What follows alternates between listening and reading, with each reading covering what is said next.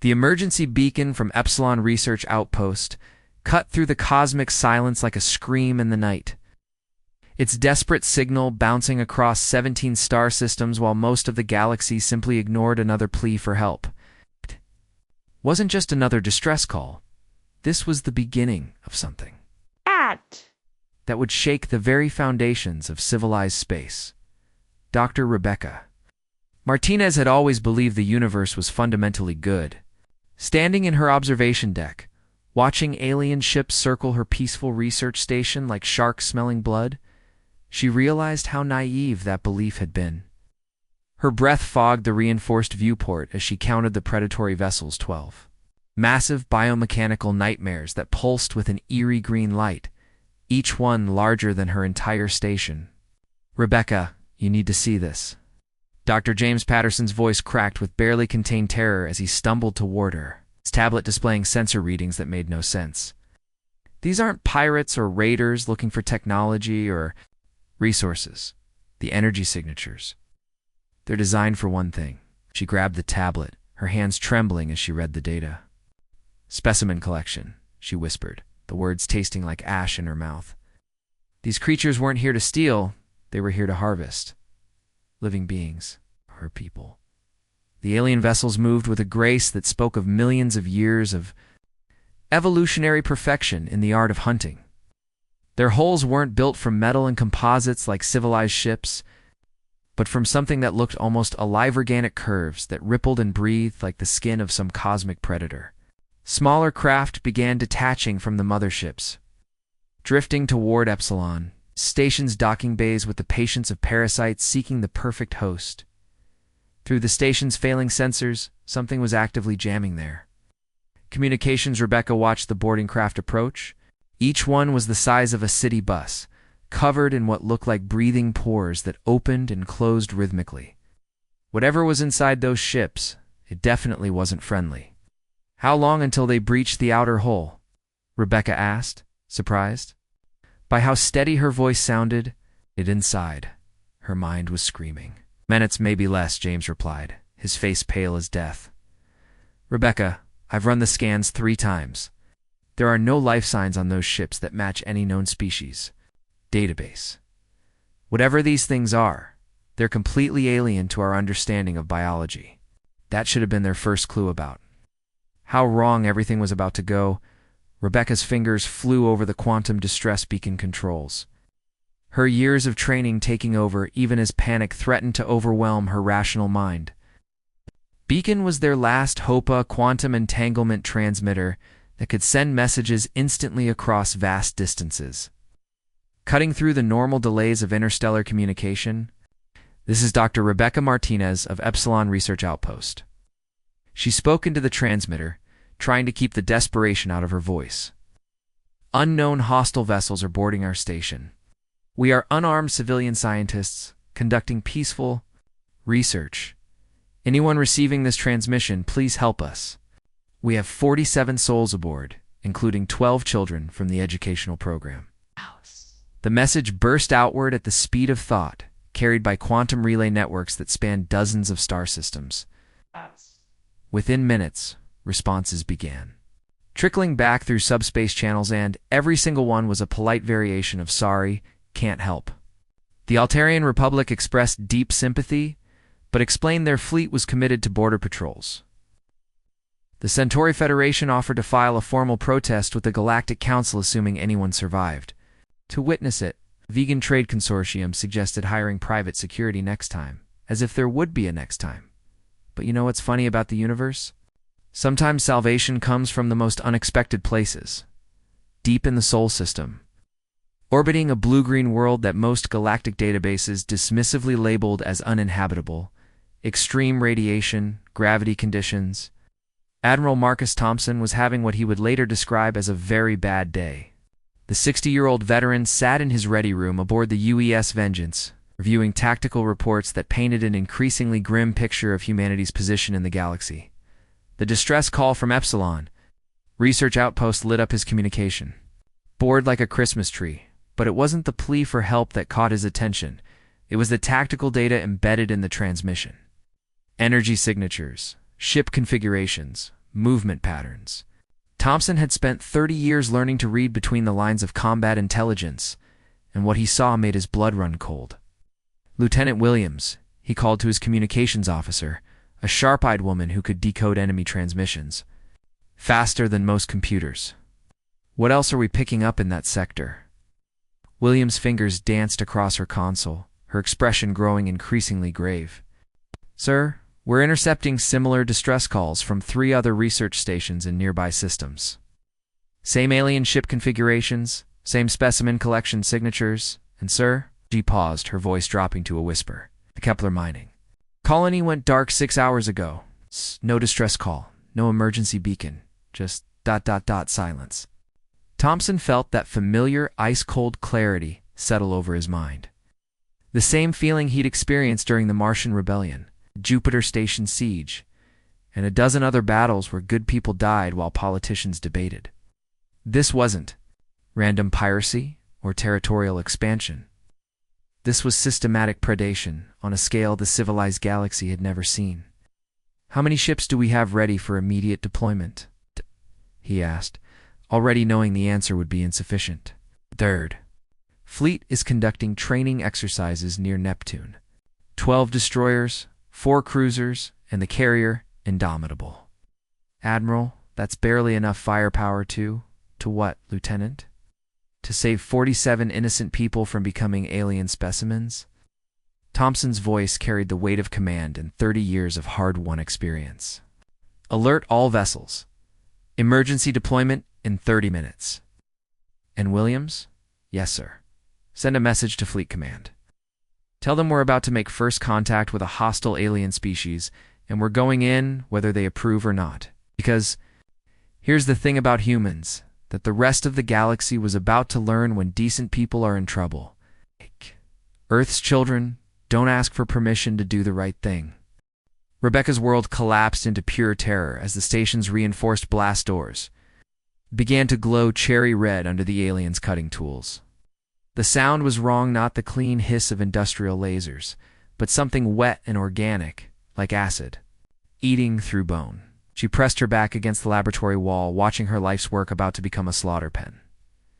The creatures had moved through Epsilon Station's outer sections with the methodical precision of professional butchers. No wasted motion, no unnecessary destruction, just systematic herding of 47 human beings into the central laboratory like cattle being driven to market. Through the station's failing internal sensors, Rebecca had watched her colleagues disappear one by one from the outer corridors, their screams cut short by whatever these things were doing to them. Dr. Martinez, James whispered, his voice barely audible over the alien cutting sounds. His hand shook as he held up his atmospheric scanner, the device's readings dancing with impossible data. The air samples from their ships, ... These things breathe methane and hydrogen sulfide. They're not just alien, they're from the kind of world that would kill us in seconds. Rebecca grabbed the scanner, her scientific mind desperately trying to process information that made no sense. The atmospheric composition readings showed an environment so toxic, it might as well have been the inside of a volcano. What kind of evolutionary nightmare could produce intelligence in conditions that hostile? Through the station's internal cameras, she watched hulking figures lumber through her corridors in environmental suits that looked more grown than manufactured. Their movements were all wrong to fluid, too coordinated, like dancers performing a routine they'd rehearsed 1,000 times. These weren't desperate pirates grabbing whatever they could find. These were harvesters, and her people were the crop. The blast door shuddered under their tools, its composite metal screaming as molecular bonds were severed with surgical precision. Rebecca could see the door beginning to buckle inward, creating gaps that revealed glimpses of something moving on the other side, something that definitely wasn't humanoid. How long? She asked James, surprised her voice worked at all. Minutes, maybe less, he replied, clutching his tablet like a lifeline. Rebecca, I've been monitoring their communications. It's not language, some kind of chemical signaling. They're coordinating like a hive mind. That's when the real horror hit her. These weren't just alien predators, they were alien predators who thought and moved as one collective organism. 47 individual humans against a hive mind that had probably been perfecting the art of specimen collection for millions of years. Rebecca closed her eyes and reached for James's hand, surprised by how calm she felt in these final moments. Maybe this was how evolution intended it, the prey accepting their fate when the predator was simply too perfect to escape. She thought about her daughter back on Earth, probably just waking up for school, completely unaware that her mother was about to become an alien science experiment. "I'm sorry," she whispered to the empty air, not sure if she was apologizing to her team, her family, or the universe itself for being so naive about the true nature of then space exploded. The cutting stopped instantly, replaced by sounds Rebecca had never heard before, alien shrieks of confusion and alarm that made her teeth ache. Through the station's external cameras, she watched reality itself seem to tear open as impossible. Geometric shapes emerged from what her instruments insisted was empty space. But here's the thing about human engineering that the galaxy was about. To learn when Earth's children build something, they build it to last. The ships that materialized around Epsilon's station weren't the elegant curves and flowing lines favored by civilized species. These were angular predator craft, all sharp edges and aggressive geometry. Like someone had weaponized pure violence and given it the ability to travel faster than light. Their hulls were scarred from countless battles, bearing the kind of damage that spoke of crews who flew into hell and came back asking for seconds. "No unknown vessels, this is Admiral Marcus Thompson of the Terran Defense Fleet." A voice crackled through the communications array, cold as winter steel and twice as sharp. "You have 15 seconds to withdraw from the station before we classify you as hostile targets." Rebecca's breath caught in her throat. Terrans, humans. That was impossible. Every galactic database she'd ever accessed listed Earth's solar system as a radiation-scorched wasteland, completely uninhabitable by any known form of intelligent life. The gravitational forces alone should have crushed any complex organisms. The radiation levels were high enough to sterilize entire planets. What kind of beings could not only survive in such conditions, thrive well enough to build a space fleet? The methane-breathing aliens apparently had no intention of backing down from these mysterious newcomers. Their response came swift and violent, streams of superheated plasma lashing out at the human ships. Energy beams that could vaporize asteroids and turn battleships into expanding clouds of metallic vapor. Rebecca watched in fascination and horror, as enough firepower to level a city focused on the lead human vessel, a scarred destroyer that looked like it had been through 100 battles and won them all. The plasma beams struck the human ship dead center, creating a light show that should have announced the end of Earth's involvement in galactic affairs. Instead, the human ships didn't even slow down. The lead destroyer, Rebecca could make out the name Retribution burned into its hull, shrugged off the alien. Plasma like a man walking through a light rain. Whatever these humans had used to armor their ships, it was clearly designed by minds that understood violence on a level the civilized galaxy couldn't imagine. 15 seconds are up, Admiral Thompson's voice returned. And Rebecca could hear something new in his tone, not anger, but the cold satisfaction of a predator that had just been given permission to hunt. All ships, weapons free. Things would happen when you threaten Earth's children. The human response was immediate and devastating. Instead of the careful long-range bombardment favored by civilized warfare, the Terran ships accelerated directly toward the alien vessels.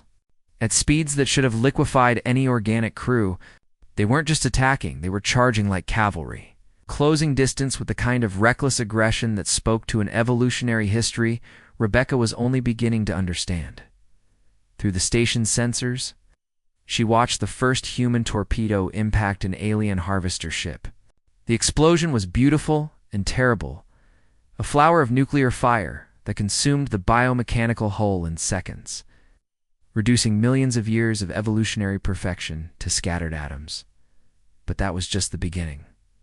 Because as the human fleet descended on the alien harvesters like wolves on sheep, Rebecca realized something that changed everything she thought she knew. About the universe, somewhere out there in the galaxy's unexplored regions, evolution had produced the perfect counter to every predator species that had ever existed, and they were on humanity's side. What Rebecca witnessed next shattered every assumption she'd held about warfare. Physics, and the fundamental nature of intelligent life in the universe. In her experience, interstellar conflicts were elegant, civilized affairs, posing fleets, maintaining respectful distances of thousands of kilometers, while computer systems calculated optimal shield frequencies and weapon trajectories. Battles lasted hours, sometimes days, as opposing forces wore each other down through careful attrition and strategic positioning. The humans fought like Earth's apex predators, discovering that dinner had just walked into their territory there. Ships moved with an agility that made Rebecca's scientific mind rebel against what she was seeing. The destroyer leading the human formation, she could barely make out the name. Retribution scarred into its battle-worn hull, hold a 90-degree turn at what her instruments calculated as 12,000 kilometers per hour. The G-forces from that maneuver should have turned any organic crew into strawberry jam smeared across the bulkheads. Impossible, James breathed, his face pressed against the observation window as he watched the tactical display. His hands shook as he pointed at the readouts. Those acceleration curves. Rebecca, the physics don't work. The GI forces would kill anyone inside those ships. Their organs would literally liquefy. But not only did the humans survive these impossible maneuvers, they seemed to thrive on them. Their vessels danced between the alien formation like wolves surrounding a herd of elk, coordinating with the fluid precision of pack hunters whose ancestors had spent millions of years perfecting the art of group predation. And here's what made it truly terrifying: they weren't just fast, they were smart. Rebecca watched in fascination as the human ships split into 3 groups, executing a pincer movement that would have made Napoleon proud. The lead group drew the aliens' attention with frontal attacks, while 2 flanking forces circled around like hunting cats, positioning themselves to strike at the Harvester's vulnerable engine sections. The alien response was everything you'd expect from a species that had been harvesting weaker civilizations for eons. Their biomechanical ships pulsed with that sickly green light, launching clouds of what looked like living projectiles, some kind of organic missile system that moved with predatory intelligence, actively hunting the human vessels through space. You know what the humans did when faced with self-guided alien death machines? They laughed, at least. That's what it sounded like through the communications, static actual human laughter crackling across the battle frequencies. Captain Sarah Mitchell's voice cut through the chaos with the kind of casual confidence that spoke to years of facing impossible odds. Retribution to all ships. Looks like these bugs brought their toys to a gunfight. Let's show them what real weapons look like. The human response was immediate and devastating. Instead of the careful, long-range energy beams favored by civilized warfare, the Terran ships unleashed something Rebecca had only read about in theoretical physics papers: concentrated antimatter torpedoes that turned sections of space into miniature suns. But that wasn't the shocking part. The shocking part was how they delivered those weapons. The humans didn't engage in civilized, long-range bombardment like every other species in the galaxy. They closed distance with terrifying speed, accelerating directly toward the alien vessels at velocities that should have been suicide. Their weapon systems unleashed hell that spoke to minds intimately familiar with violence. Not the clean, efficient destruction of advanced technology, but the brutal, overwhelming force of predators who had learned that sometimes the only way to win was to be more vicious than your enemy. They're ramming, James whispered in disbelief. They're actually ramming alien ships with their hulls. Rebecca watched Captain Mitchell's destroyer, the UES Retribution, line up on the largest alien harvester, a biomechanical nightmare the size of a city block that pulsed with organic weapons systems. The human ship accelerated to combat speed, its reinforced prow glowing white-hot from atmospheric friction, drove straight through the alien dreadnoughts. Hauled like a spear through tissue paper, the impact should have destroyed both vessels. Instead, the Retribution emerged from the other side of the alien ship like a shark bursting from the water. Its hull scarred and blackened, but still functional, already acquiring targeting locks on the next threat. How are they surviving this? Rebecca asked the universe, not expecting an answer. The answer came from Admiral Thompson's voice crackling through the communication array. All ships. Remember your training. These bugs might be tough, but they've never faced anything that evolved on a world trying to kill them every single day. That's when Rebecca understood. These humans weren't just from a higher radiation world, they were from a world that had forged them in violence. Every system on their ships, every tactical doctrine, every instinct their crews possessed had been shaped by an environment so hostile that what the rest of the galaxy considered impossible was just another Tuesday for Earth's children. The alien harvesters, for all their biological perfection and millions of years of evolutionary advantage, had made one critical mistake. They had assumed that intelligence and civilization meant soft, vulnerable prey. They had never encountered predators who had learned to think. Within 8 minutes, the battle was over. The aliens who had terrorized Rebecca's research team were expanding clouds of debris, their methane-breathing crews scattered across the void like leaves in a hurricane. The human fleet hung in space around Epsilon Station, their scarred hulls steaming from weapons discharge. Looking like battle-hardened veterans who had just finished a routine training exercise. Epsilon Research Outpost, this is Admiral Thompson. The voice returned through the communication system, somehow gentler than the cold steel of his combat orders. We're reading critical damage to your station's hull and life support systems. Do you require immediate medical assistance? Rebecca's hands trembled as she activated the communicator, her mind still reeling from what she'd witnessed. Admiral. Yes, we have injured personnel, and our life support is failing. But I must ask, what are you? Our databases show your solar system is completely uninhabitable. A pause. Then something that might have been bitter laughter, tinged with the kind of dark humor that comes from surviving things that should have killed you. Dr. Martinez. We're humans. And where we come from, uninhabitable is just another word for Tuesday.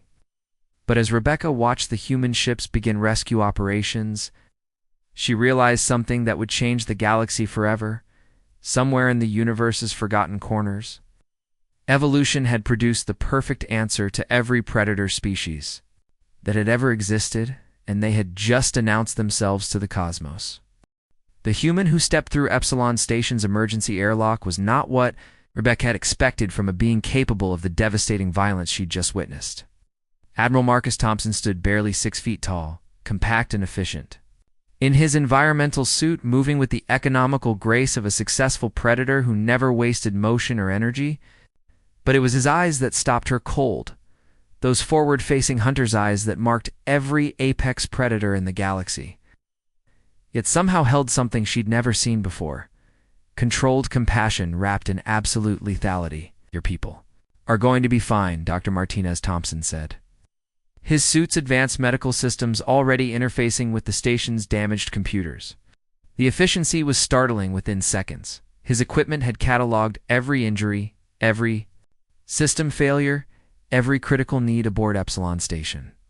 Lieutenant Emily Carter is treating your wounded with our field medical units. Your hull damage is extensive, but nothing my engineers can't patch until you reach a proper Federation shipyard.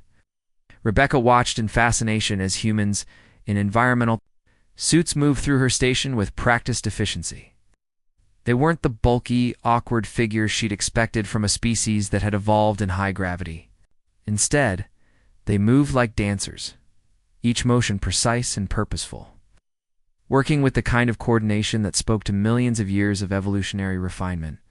But here's what really caught her. Attention, they were gentle with her people. These beings who had just torn through alien warships like tissue paper were now carefully lifting injured researchers, speaking in soft, reassuring tones, sharing their own medical supplies without being asked. Admiral, Rebecca began, her scientific mind struggling to process the contradictions she was witnessing. Forgive my confusion, but your species is completely unknown to our databases. Our most detailed astronomical surveys classify Earth as a Class 12 death, world-high radiation, crushing gravity, extreme weather patterns. The statistical models suggest no complex life should exist there, let alone achieve spaceflight. Thompson's expression shifted, a subtle hardening of features that spoke of old pain and wisdom earned through suffering. She could see decades of experience in those hunters' eyes, not just combat experience, but the deeper knowledge that comes from surviving in a universe that doesn't care whether you live or die. Let me guess, Dr. Thompson said, his voice carrying the weight of bitter experience. The galactic community ran their probability calculations and decided nothing intelligent. Could evolve in a higher radiation zone with unstable weather patterns. Well, yes, Rebecca admitted, feeling somehow foolish for trusting in mathematical models that had never accounted for the impossible beings standing before her. The statistical probability of complex neural development under such conditions approaches zero. Those statistics, Thompson interrupted, his voice carrying an edge of dark humor, were calculated by species that evolved in paradise.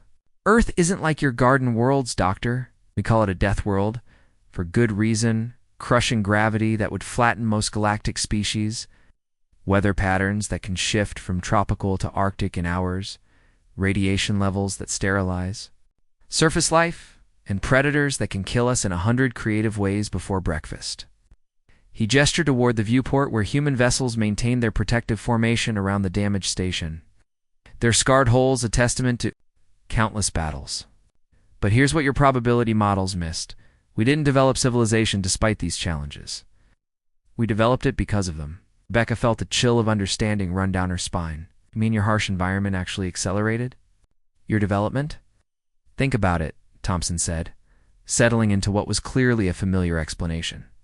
Every ship out there is crewed by beings whose direct ancestors survived ice ages that lasted tens of thousands of years, supervolcanic eruptions that blocked out the sun for decades, asteroid impacts that wiped out entire species, and each other. We learned cooperation because the alternative was extinction.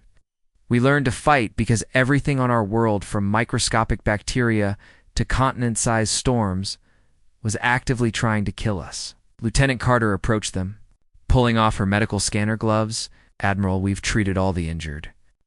3 broken bones, various cuts and bruises, but everyone's going to make a full recovery.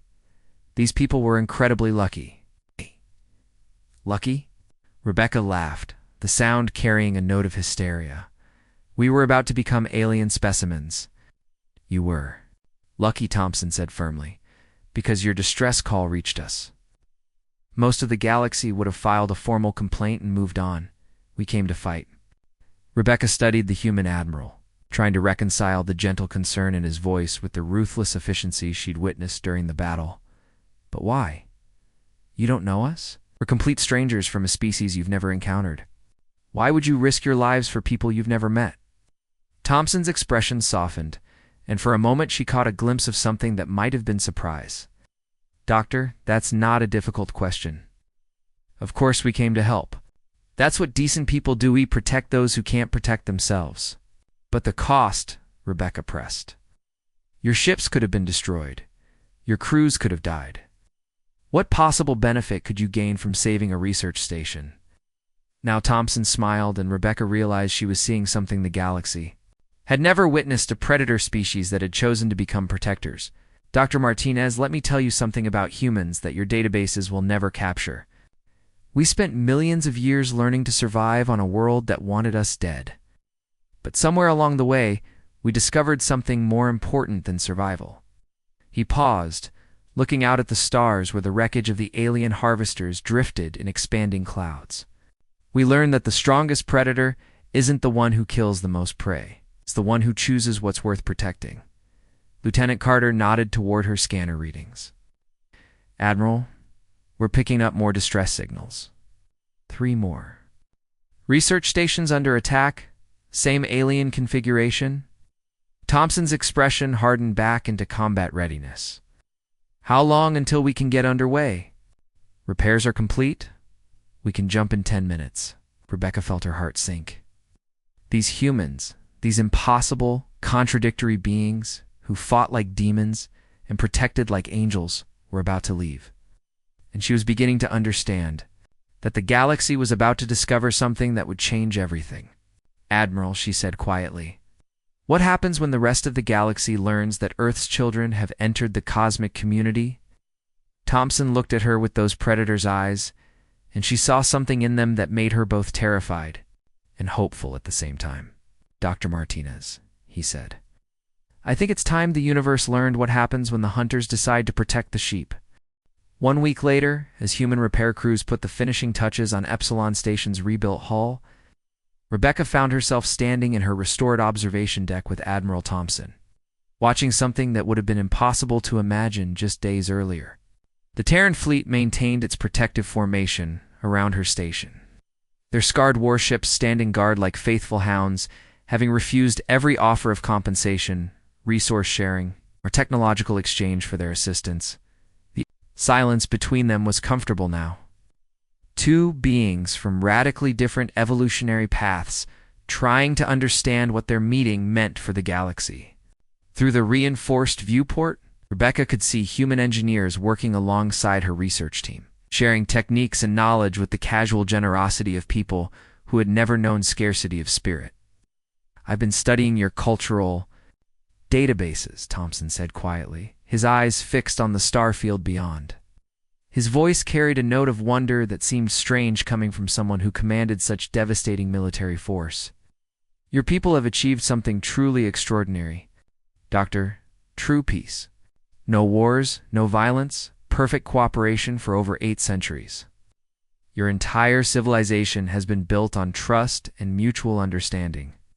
Rebecca felt a flush of pride at his words, but something in his tone made her uneasy. "Yet you make it sound like a weakness rather than our greatest achievement." Thompson shook his head firmly, turning to face her with those predator's eyes that somehow managed to convey both respect and concern. "Not weakness, Doctor. Never weakness. What your people have accomplished is nothing short of miraculous. Your species evolved on a world that nurtured you, that rewarded cooperation and punished aggression. Ours evolved on a world that tried to kill us every single day for millions of years. Both paths led to intelligence and civilization, but they created very different kinds of people." He gestured toward the viewport, where the darkness between stars seemed suddenly more ominous than peaceful. "But here's what terrifies me. Doctor, out there in the void between civilized worlds, there are others like those harvesters. Beings who see your peace not as an achievement, but as an opportunity.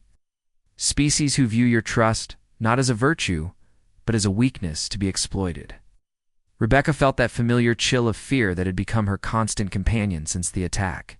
"The galactic community has protocols, treaties, enforcement mechanisms protected by luck and distance," Thompson interrupted gently. "But that's changing. Those harvester ships didn't just find you by accident. They were scouting, mapping, preparing. What happened here was just the beginning of something much larger." The weight of his words settled over her like a shroud. "Are you suggesting we need to abandon everything we've built?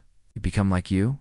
Embrace violence and conflict?" "Never," Thompson said with fierce conviction that made her believe he would die before allowing such a thing.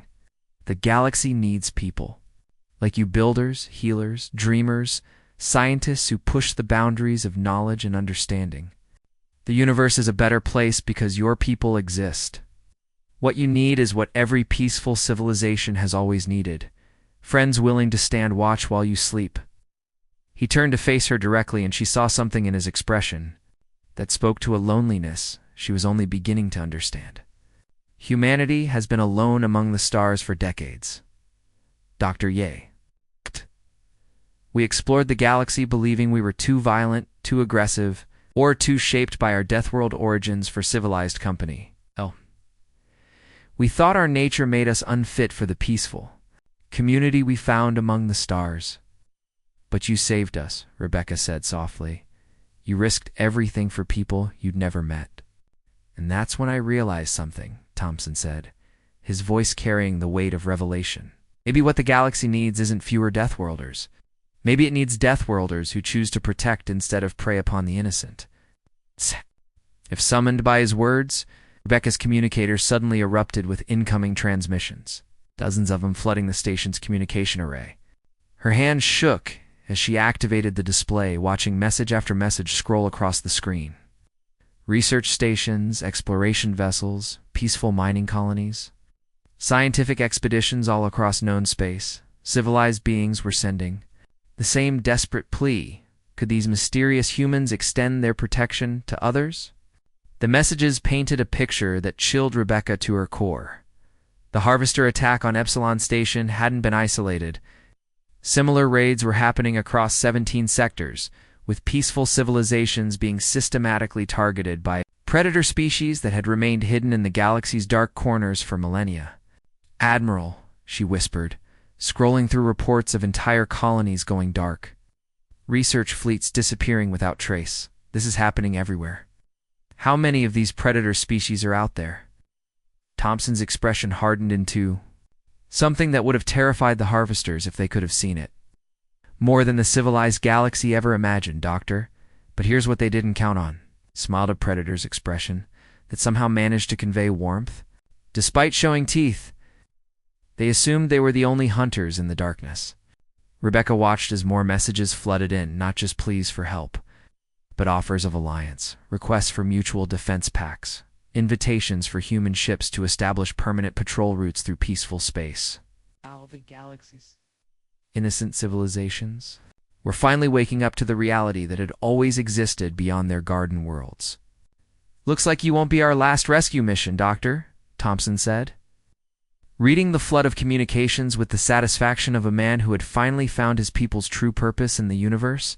In the months that followed, the galaxy learned what Earth had always known, but the rest of civilized space had forgotten. Sometimes the greatest act of peace is being willing to fight for it. Human fleets began appearing in the darkness between worlds, their scarred hulls and predator designs becoming symbols of hope for peaceful species across the galaxy. And in that darkness, where predators had stalked innocent civilizations for eons, a new sound began to echo through the void, the approach of human warships. Their crews answering every call for help with the dedication of beings who understood that the strong existed to protect the weak. The harvesters and their kind had made a fatal miscalculation that would echo across the galaxy for generations. They had assumed the universe contained only predators and prey, hunters and victims. They never expected to encounter predators who had chosen to hunt other predators. Across 17 sectors and beyond, Admiral Marcus Thompson's voice became legend, transmitted on emergency frequencies and whispered in the safe harbors of peaceful worlds. "This is the Terran Defense Fleet. If you're hunting innocents, we're hunting you." The age of easy prey was over. The Deathworlders had come to stay, and they had chosen their side. The end.